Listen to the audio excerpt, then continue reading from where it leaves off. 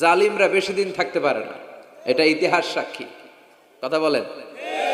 যারা জুলুম করে তাদের জন্য তো সাহায্য নাই, যারা মাজলুম তাদের জন্য সাহায্য। বদরের প্রান্তরে ৩১৩ জন মাত্র দরিদ্র গরিব মাজলুম সাহাবী, তাদের জন্য আকাশ থেকে ফেরেশতা দিয়ে নুসরাত সাহায্য করেছে কে?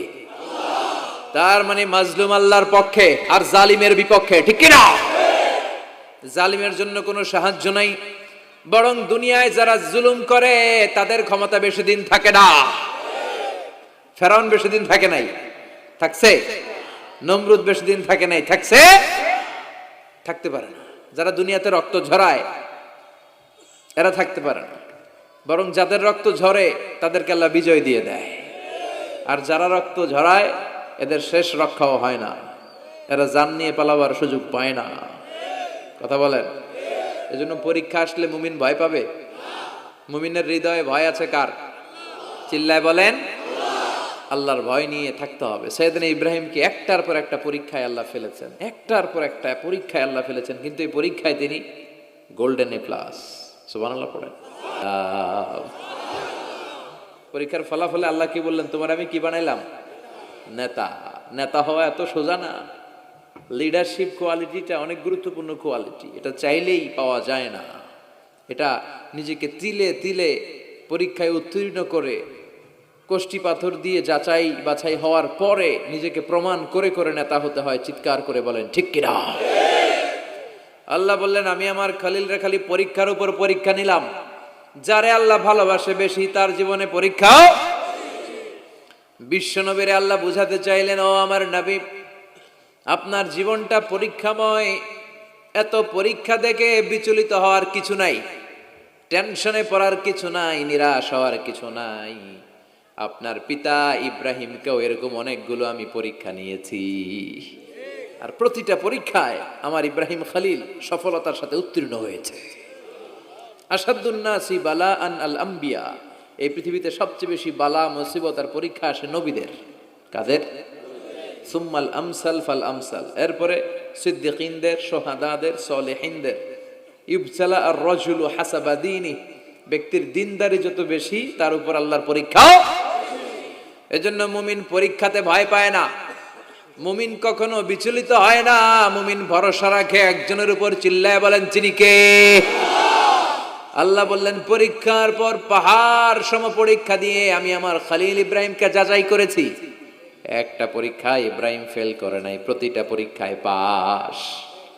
এগুলো বলে বলে বিষ্ণুনবীর আল্লাহ সান্ত্বনা দিচ্ছেন, নবী, ওরা আপনারে গালি দেয় জাদুকর বলে, ওরা আপনারে গালি দেয় গণক বলে, ওরা আপনারে কবি বলে গালি দেয়, ওরা আপনারে পাগল বলে গালি দেয়, একটার পর একটা পরীক্ষায় আপনি জর্জরিত হচ্ছেন। নবী, আপনার পিতা ইব্রাহিম তো এর চেয়েও বেশি পরীক্ষায় পড়েছে। দুনিয়াতে আমরাও যারা পরীক্ষার শিকার, আমরাও সাইয়েদনা ইব্রাহিমের জীবনী থেকে শিক্ষা নেওয়ার দরকার আছে না নাই?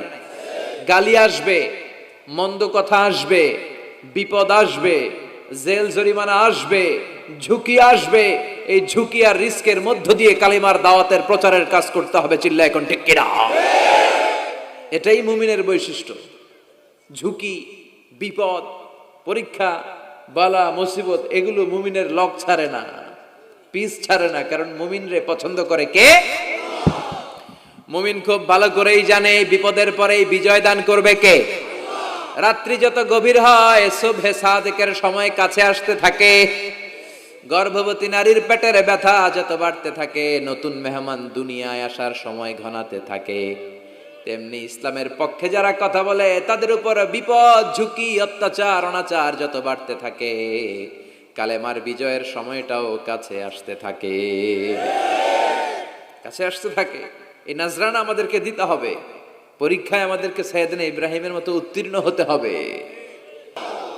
রব্বুল আলামিন বলেন, ওয়াইয বিতালা ইব্রাহিমা রাব্বুহু বিকালিমাতিন ফাতাম্মাহুন্না ক্বালা ইন্নী জাইলুকা লিন-নাসি ইমামা।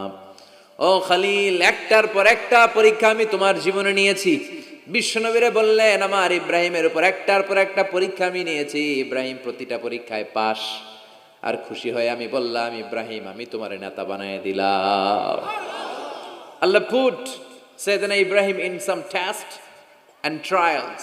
And Sayyidina Ibrahim successfully overcome all the tests. Allah said, Ibrahim, I'm gonna make you the leader. Ibrahim, আমি তোর লিডার বানাই দেব। এই ফলাফল স্বরূপ তোমার আমি গোটা বিশ্বের নেতা বানাই দিব। I'm gonna make you the leader. এজন্য সাইয়েদনা ইব্রাহিমকে নেতা বানাই দিলেন কে? একটার পর একটা পরীক্ষা তিনি দিয়েছেন। একটাও সাধারণ পরীক্ষা ছিল না, সব ভয়ঙ্কর পরীক্ষা। পরীক্ষাগুলো ছিল অগ্নি পরীক্ষা। পরীক্ষা নাম্বার 1 ইলকাউহু ফিন্নার, আগুনের পরীক্ষা। নমরুদ বলে, ইব্রাহিম ঈমান ত্যাগ করো, না হলে আগুনে ফেলবো। কোথায় ফেলবো? সাইয়েদনা ইব্রাহিম বলে, আমার জীবন যাবে কিন্তু ঈমান যাবে। ঈমানের পথে অবিচল থেকে আমার মরণ যেন হয়। তোমারই কাছে মিনতি আমার, তোমারই কাছে মিনতি আমার, মহামহিম দয়াময়। ঈমানের পথে অবিচল থেকে আমার মরণ যেন হয়। পড়ে না আমিন। নমরুদ বলে, ইব্রাহিম ঈমান ছাড়ো, তা না হলে আগুনে ফেলবো। ইব্রাহিম বলে, জীবন যাবে কিন্তু ঈমান যাবে। তার মানে পরীক্ষায় পাস।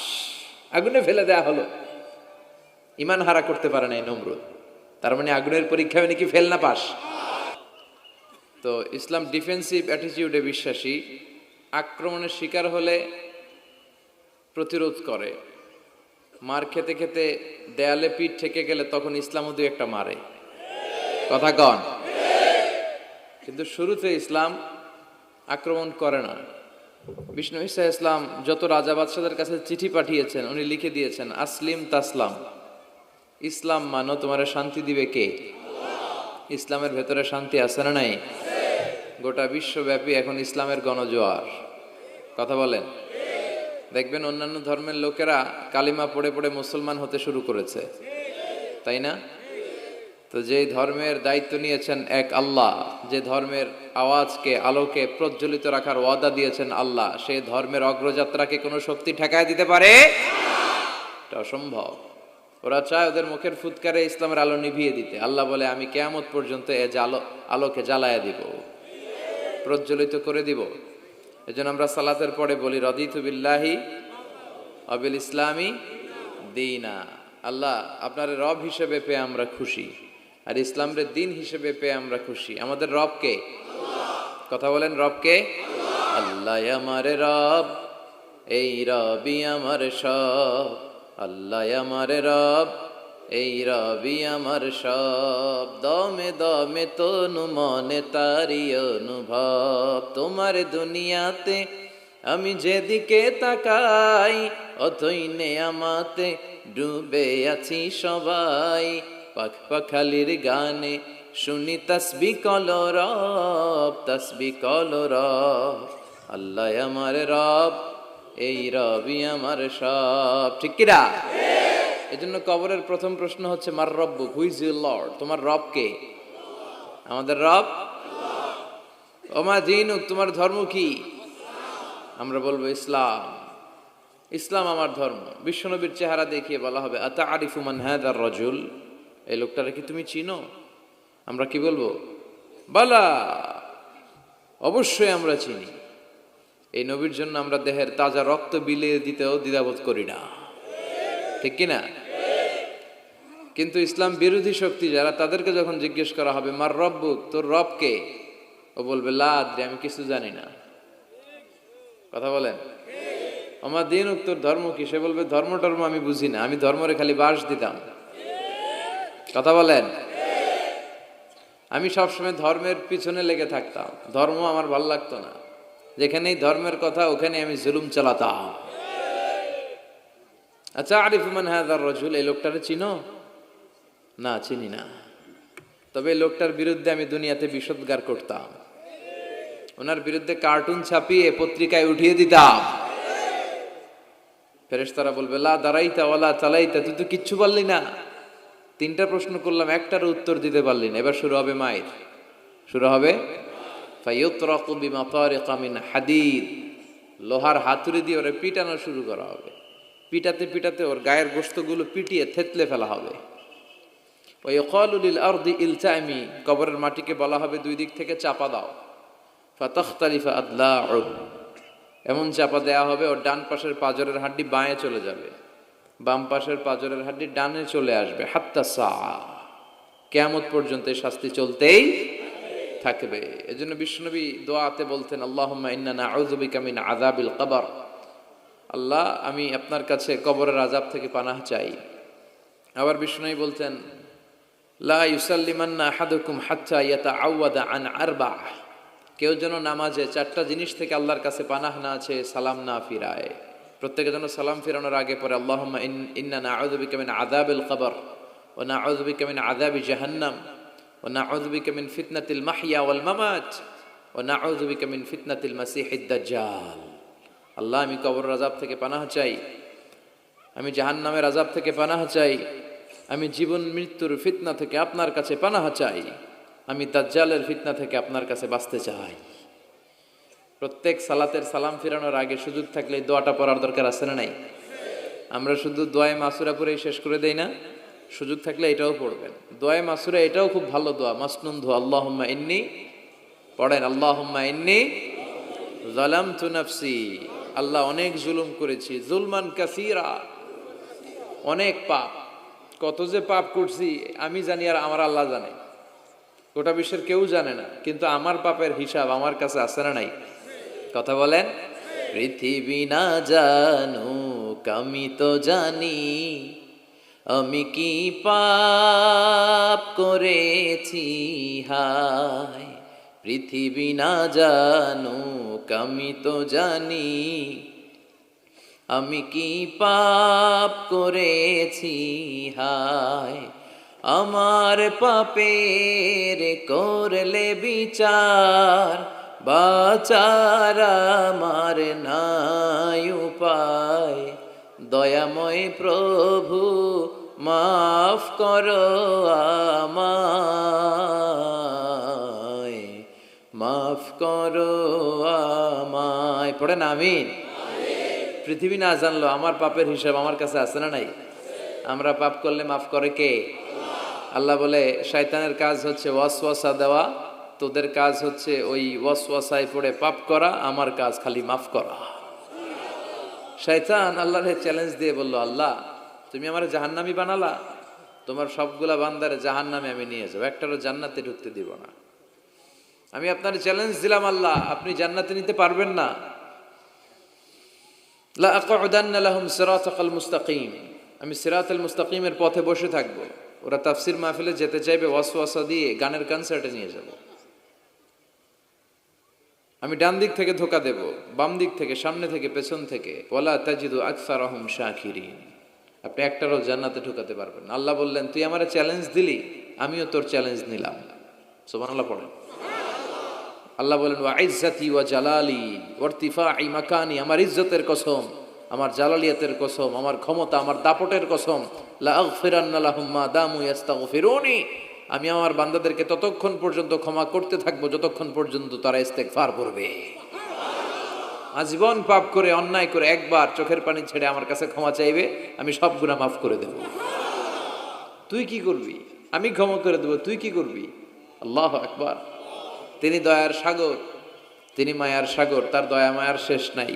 তিনি বলেন, আনা গাফিরুয যামব কাবিলিত তাওব, আমার কাজ হচ্ছে খালি গুনাহ মাফ করার, তওবা কবুল করা। বিশ্বনবী বলেন, আল্লাহি লা আস্তাগফিরুল্লাহ ওয়া আতুবু ইলাইহি ফিল ইয়াউমি আকসার মিন ৭০ মাররা, আমি প্রতিদিন, বিশ্বনবী বলেন, আমি প্রতিদিন আল্লাহর কাছে ৭০ বারেরও বেশি তাওবা এবং ইস্তেগফার পড়ি। কতবারের বেশি? আমরা পড়ি কয়বার? যেই নবীর কোনো গুনাহই নাই, আছে? কথা বলেন। কোনো গুনাহ নাই। গুনাহ না থাকার পরও এই নবী প্রতিদিন তওবা ইস্তেগফার পড়ে কয়বার? তাহলে আমার আপনার, আমাদের পড়া দরকার কয়বার? অনেক অনেক তওবা ইস্তেগফার পড়া দরকার, আমরা যেন বেশি বেশি আল্লাহর কাছে ক্ষমা চাইতে পারি। আল্লাহ ক্ষমাশীল, ক্ষমা চায় যারা, ক্ষমা প্রার্থনাকারী বান্দাদেরকে বড্ড পছন্দ করে। আল্লাহ বলে, তোরা যদি পাপ না করতে আর ক্ষমা না চাইতি তাহলে তোদেরকে ধ্বংস করে দিয়ে এই পৃথিবীতে আমি এমন এক জাতি তৈরি করতাম যারা সকালে পাপ করে দুপুরে মাফ চাইতো, দুপুরে পাপ করে রাতে মাফ চাইতো, আর আমি আল্লাহ মাফ করে দিয়ে খুশি হয়ে যেতাম। এই জন্য আল্লাহর কাছে মাফ চাইতে রাজি আছেন? আমরা আল্লাহর কাছে ক্ষমা প্রার্থনা করি, তওবা করি যে আল্লাহ তুমি আমাদের জীবনের গুনাহগুলো মাফ করে দাও। আজকের মাহফিলটারে আমাদের নাজাতের ওসিলা বানাও। আমরা যেন ইখলাসের সাথে বসতে পারি, শুনতে পারি। ইখলাসের বড্ড অভাব সমাজে, ঠিক কিনা? তাফসির মাহফিলও এখন শো অফ ঢুকে গেছে। এটা দাওয়াতি একটা প্ল্যাটফর্ম, কিন্তু এখানেও লোক দেখানো মানসিকতা আছে না নাই? আমাদেরকেও বলে হুজুর মাহফিলটা অনেক বড়, এই হবে সেই হবে, আপনার কিন্তু মাহফিল জমাইতে হবে। আবার অনেক জায়গায় বলে আপনার কাঁপাইতে হবে। আবার অনেক জায়গায় বলে হুজুর মাহফিলটা কিন্তু শেষ পর্যন্ত আপনারা ধরে রাখতে হবে। আছে না নাই? জমাইতে হবে, কাঁপাইতে হবে, ধরে রাখতে হবে। তো আমরা কোথাও জমাই, কোথাও কাঁপাই, কোথাও ধরে রাখি। কামের কাম কিচ্ছু হয় না। তো এই যে এত রাত পর্যন্ত আমরা বসছি, আসেন আমরা নিয়তটাকে খালেজ করি যে আমরা কোরআন থেকে শুনবো। কোরআন থেকে শুনে বাড়িতে কিছু নিয়ে যাব, তথ্য উপাত্ত ইনফরমেশন, যেটা আমার জীবনের জন্য কাজে লাগবে। কথা বলেন, সবাই একমত? সবাই রাজি? আল্লাহ তুমি তৌফিক দাও। আরো জোরে পড়ি আমিন।